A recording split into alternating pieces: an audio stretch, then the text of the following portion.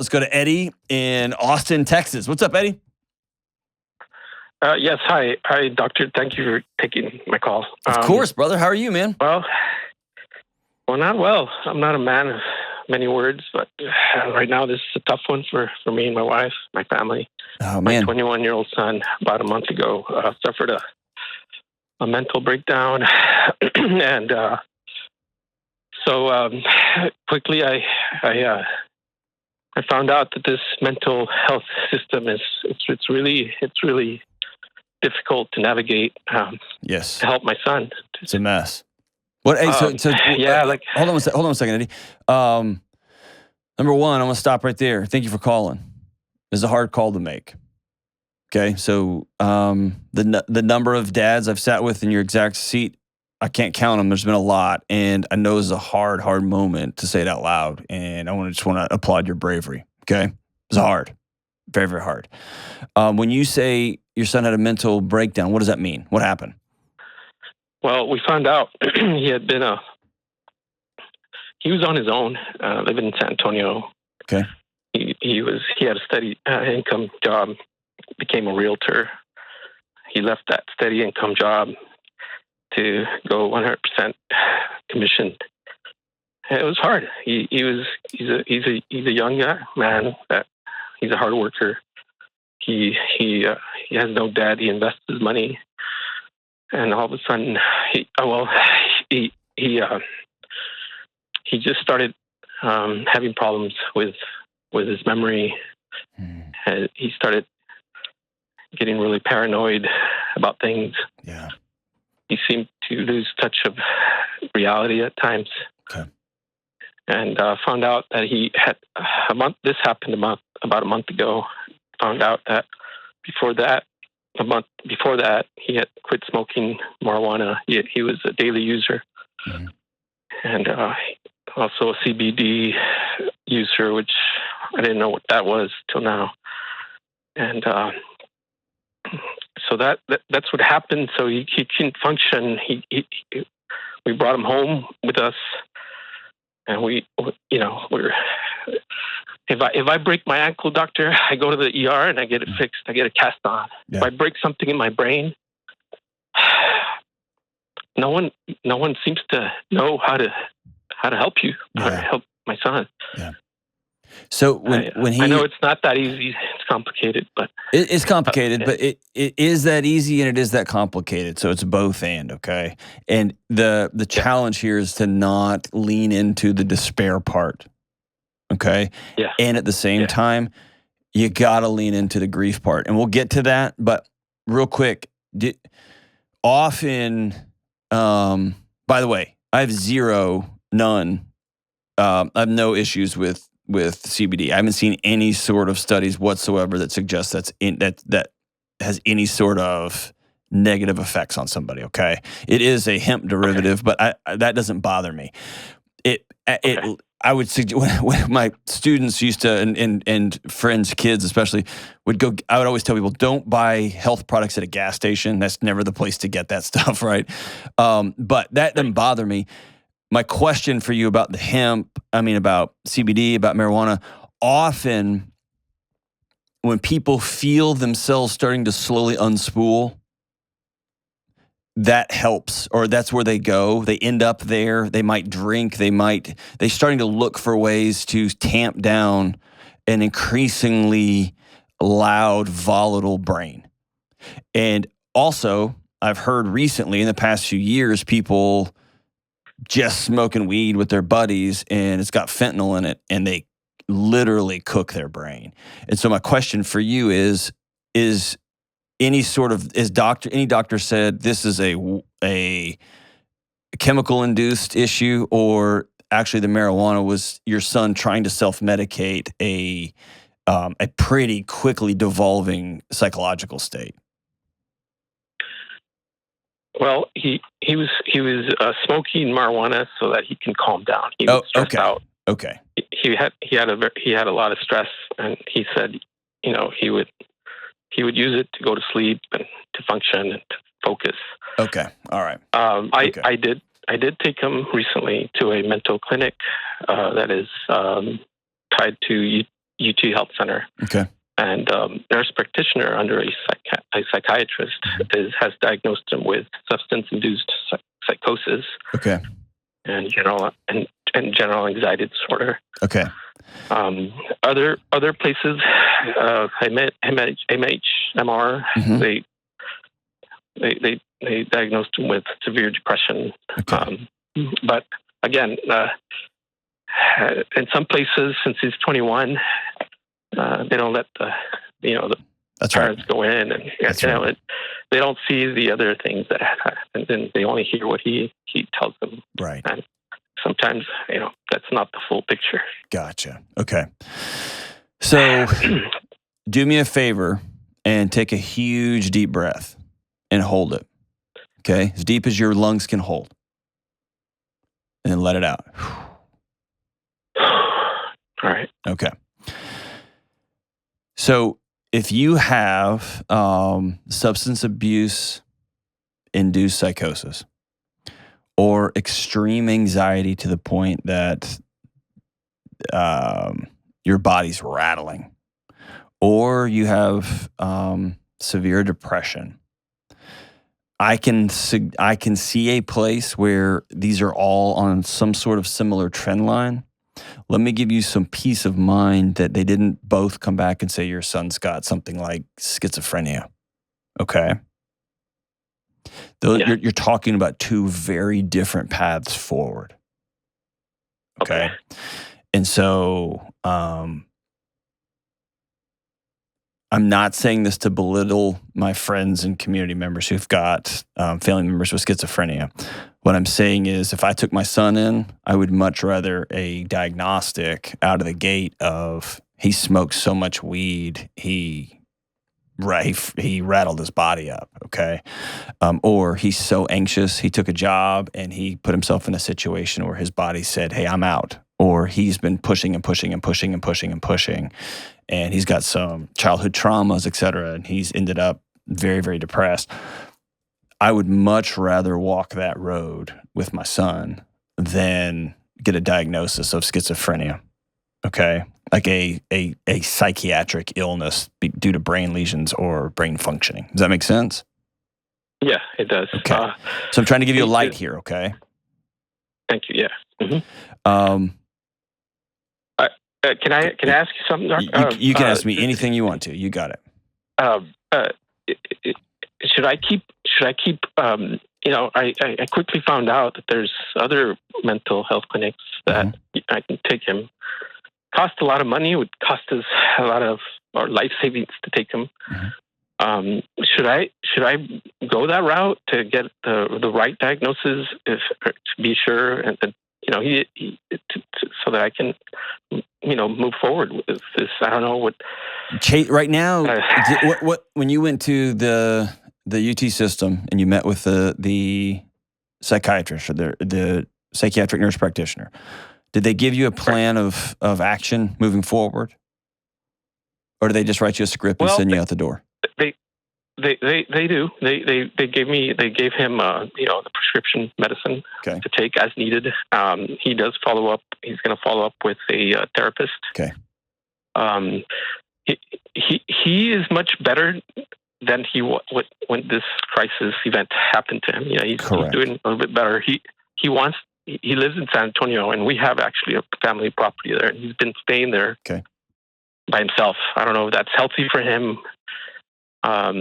He's not working. I'm helping him. That's another issue that my wife and I have been contemplating. Sure. Not knowing, how to move forward with it. So let me tell you what I would do in your situation. Okay. Number one,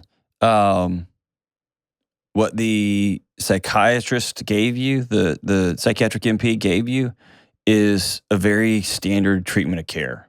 Okay. Okay. They gave him some medicine and the fact that she said as needed would give me another level of relief. That sounds like, and again, I'm not there, so I'm speaking off the cuff here, okay? Yes. But it sounds episodic, meaning this is not indicative of, if you keep pressing the same way we were pressing, yes, eventually we're going to have if we keep driving the car the way we were driving it, eventually this engine's going to stop, right? But what she's saying is, hey, take this gas treatment if you hear knocks and pings, and you got to drive safer. And by the way, we're going to do some things to help along the way. So that's number one. The next thing would be is you need to get some new driving lessons. Okay.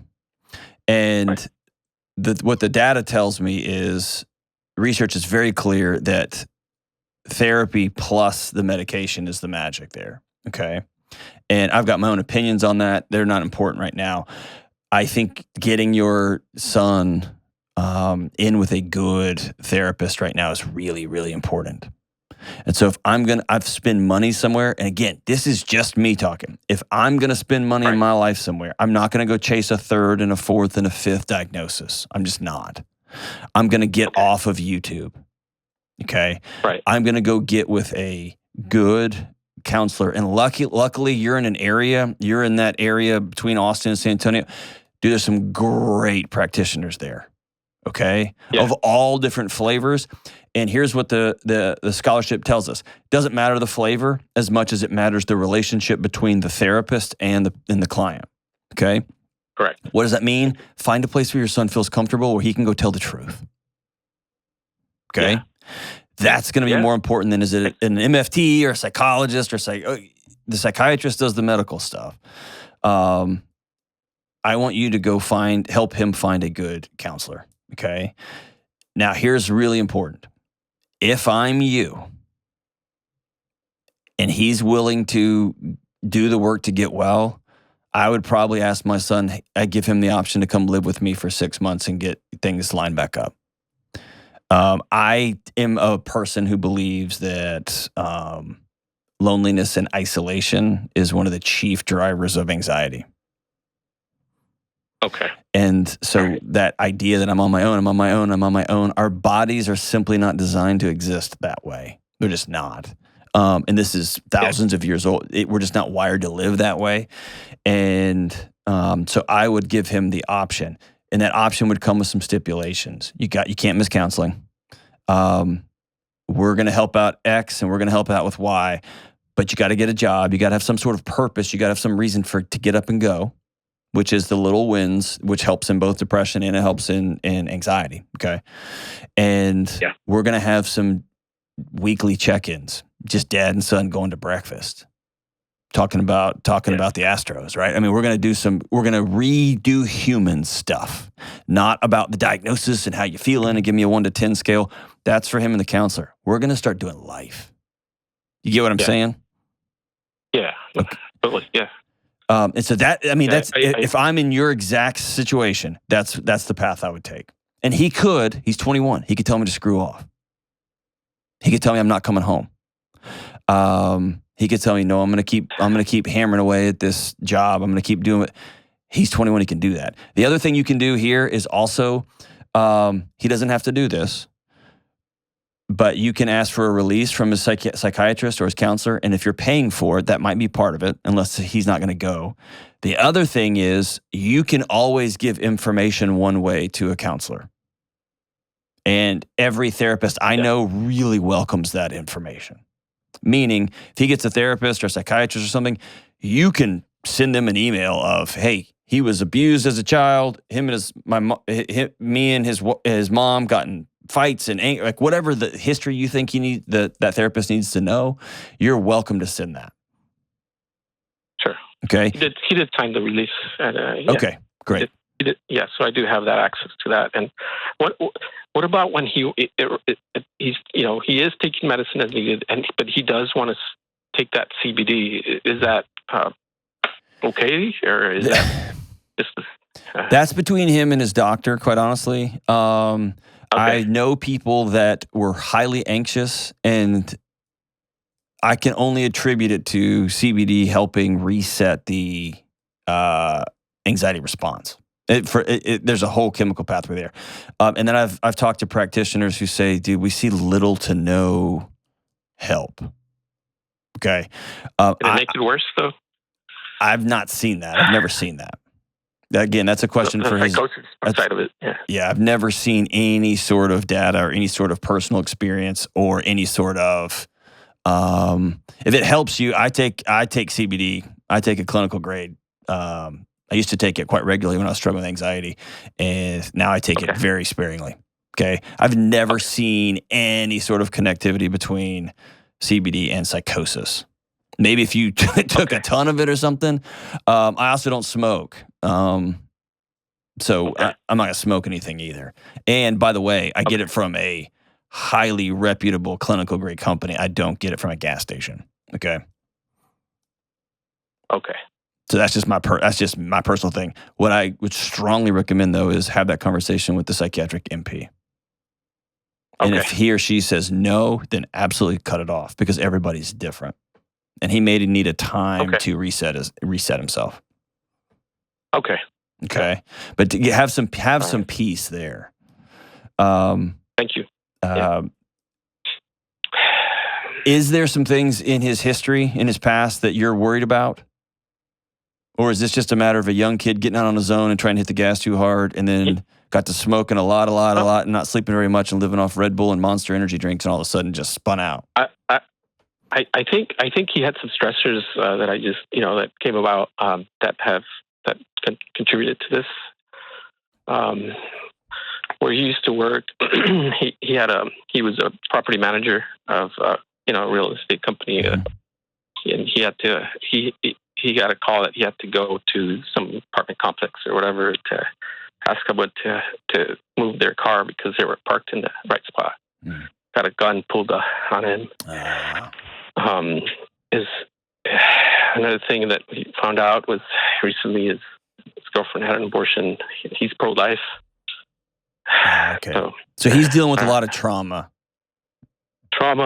Yeah. I asked him what, and he's like, just being on his own was hard for him, and he's not one to ask for help.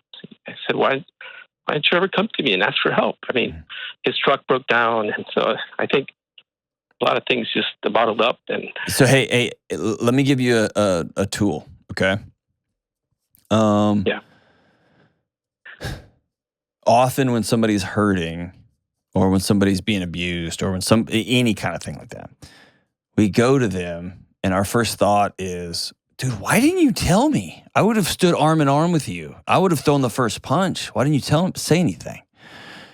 Right. Here's the response I've seen in my own life and in those I walk with and work with in their life that has become a more effective entry point into that conversation, especially between fathers and sons. Son, I'm sorry that I didn't give you a picture of what asking for help looks like. Either you're a person who asks for help a lot and your son never saw that, or you model those same things and you're a good Texan who just figures it out. And when you don't figure it out, you crack another beer and then you figure it out the next day, right? And what I have found is asking somebody, why didn't you, simply adds to the list of things that their body responds as it's a fracture in our relationship, which is going to sound those alarms even louder. The entry point being, dude, I'm so sorry I didn't give you a picture of what this looks like. That's on me. Here's my commitment moving forward.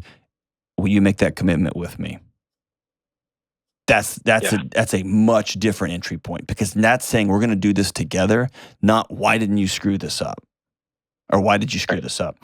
And just for the dads listening out there, the other day I was driving with my son and I was having a relatively hard conversation, and the conversation was being had with me, with the number one, he's one of the top researchers on the planet in his particular thing. I'm struggling with I'm trying to get something worked out with my physiology, with my diet, and it's not working the way I wanted it to work, and it's frustrating for me. And I was talking to him on the phone, and my son was just sitting there. And I thought, you know what? He needs to hear another expert telling his dad that his dad's ways to try to hack the system are not working, and he needs to just follow the plan. So I put on speakerphone. And this guy's a great human being, funny, and also was giving it to me a little, give me the, like, hey, you got to do this, right? But I wanted my son to hear that. And then afterwards, I said, hey, I know you know this, but I call people to help with coaching too, because I need to get help too. And he's like, I know, Dad, I know. And I said, no. I need you to hear that I was talking to the number one person in the country on this topic, and I still was acting as though I was smarter than him. And this is him setting me straight as a friend. And so I let him listen to that because I want him to have a picture of what asking for help looks like as he gets older, okay? But I would start that way with my son, Eddie, okay? Thank you. I would trust that the system that you've mentioned is good. They've got a great reputation. I would trust that the nurse practitioner. I would trust the path she gave you forward or he gave you forward. I would get a counselor or a psychologist in your area, and I would give my son permission to come home for 6 months, come home for 9 months. And here's the thing. It's helpful for everybody to put a time limit on that. You don't have to stick to the time limit. But if you ask a 21-year-old, why don't you come on home? You can look up and it's 3 years and y'all don't like each other anymore and there's a whole mess. Or it could feel like, dude, I'm going to fail. No. We're just coming on for 6 months. Come on for 6 months and let's see if we can get this thing dialed in. I'm going to start having breakfast with my son. And I need to have some healing too. And so let's start doing this together. And then we'll reevaluate in 5.5 months and we'll see what comes next. It might be another 6 months after that. Maybe that's it, right? Enough to get him get his feet underneath him. And he's got to deal with the trauma, the loss. He's going to have to deal with the fear of getting a gun pulled on him. He's got to deal with all that stuff. And that's what a counselor is going to help him walk through. And based on the limited stuff you told me, it sounds like his body had enough. There was no margin because of the way he was living. There was no margin here, no margin there, no margin. And then somebody pulled a gun on him. And then his girlfriend violated a core value of his, right? And really hurt him deeply. And we could go on and on and on. All I have to say is, your son's not broken. He's not dysfunctional, and he's not lost. This is a great time to hit Control-Alt-Delete on your relationship with your son, your wife's relationship with her son, and to say, hey, let's lean into connectivity, into relationship. Let's follow what the doctors say, and let's be about healing. And as someone who has struggled mightily with anxiety, I want you to know on the other side of it, there's light, and there's a lot of laughter, and there's a lot of joy, and there's good stuff. It's worth the effort. Thank you so much for your bravery and for being vulnerable, Eddie. I'm grateful for you.